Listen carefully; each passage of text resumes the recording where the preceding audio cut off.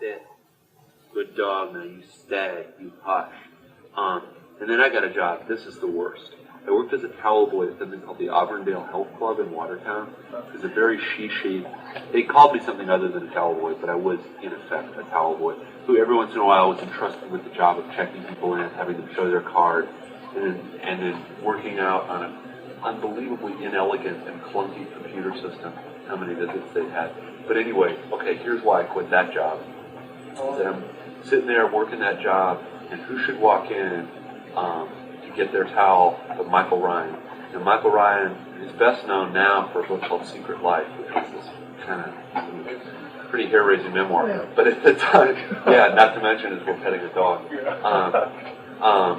But anyway, Michael Ryan had received a Whiting Writers Award the same year I had, 2 years early in 1987. So I see this guy that I've been up on this rostrum with, having Eudora Welty give us this prize, and 2 years later, I'm like, and I can remember, I can see, the only time I've literally dived under something to have somebody avoid seeing me, like he came in, and I pretended not very subtly to slip, and went under the counter and had the lady that was there, and I forget, I think I lay face down and didn't respond, and she of course didn't want to be going, David, what's wrong? While the guest was there, so she gave him the towel, and I remember I worked the rest of that day.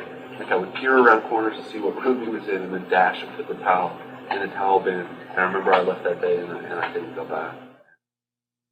I'm sorry to use a word like centered. You were shaking your head when I said centered. You don't see yourself that much? No, I don't. Why not? I see myself as somebody who's been unbelievably burned by no one other than me through not being centered. I have an enormous ambition to be centered, but I don't perceive myself as that way.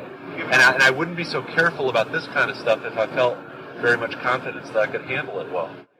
And I'm aware that this makes very good copy, and this will be a neat part of the article, but it's also really like, I feel like we've sort of become friends, and understand that. I mean, this stuff, it's really scary. And I think if we were in exactly the opposite situation, you'd be saying a lot of the same stuff. It's great, but it's also really scary at the same time, because I've got what I hope is like 40 more years of work ahead of me. So what I want to tell you.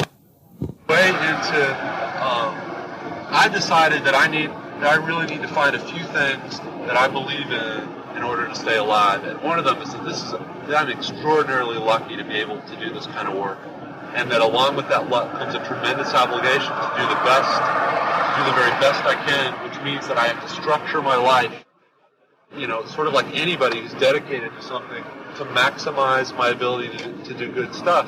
And it's just like, and it doesn't make me a great person, it just makes me a person that's really exhausted a couple other ways to live, and really taken them to their conclusion, which for me was a pink room, with no furniture and a drain in the center floor, which is where they put me for an entire day when they thought I was going to kill myself, where you don't have anything on, and somebody's observing you through a slot in the wall.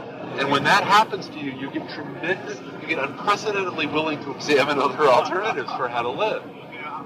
I have this, here's this thing where it's going to sound sappy to you. I have this unbelievably, 5-year-old's belief that art is just absolutely magic, and that good art can do things that nothing else in the solar system can do. I don't know. Now you've got me thinking. There's so much beauty and profundity and all kinds of pop culture all around us. Like living in Bloomington, one of the things that I do, you have to listen to a lot of country music, because that's pretty much all there is on the radio when you're tired of listening to Green Day on the one college station. And these country musics that are just so, baby, since you've left, I can't live, I'm drinking all the time and stuff. And I remember just being real impatient with it until I'd been living there about a year, and all of a sudden realized that what if you just imagine that this absent lover they're singing to is just a metaphor, and what they're really singing is to themselves or to God.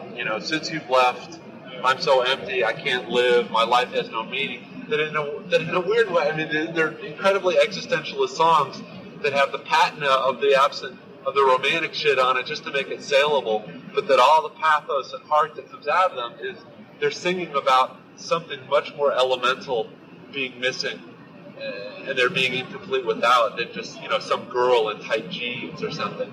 And it's so weird, it's like you live immersed in this stuff, it's very Flannery O'Connor-ish, and then every once in a while you realize that it's all the same, and it's all about the really profound shit. and that it's adjusted in various ways to talk to various demographic groups for commercial reasons. That if you cock your ear and listen real close, it's deep, you know. Where else have you seen that kind of nice stuff coming out of shit pop culture? Wow.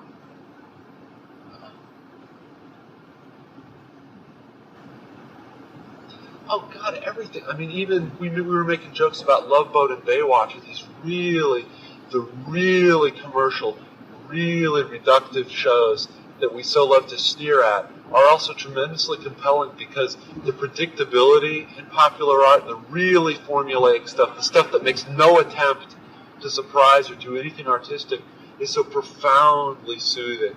And it, even the densest or most tired viewer can see what's coming, and it gives you a sense of order, and that everything's going to be all right. That this is a narrative that will take care of you and won't in any way challenge you. It's like being wrapped in a chamois blanket and nestled against a big, generous tit, you know? And that, okay, art-wise, maybe that's not the greatest art, but the function that it provides is deep in a certain way. That all this stuff is like deadly serious and really deep all the time. And, I mean, it doesn't mean that you should go around being some kind of scholar of pop culture, dismantling it all or stuff, but that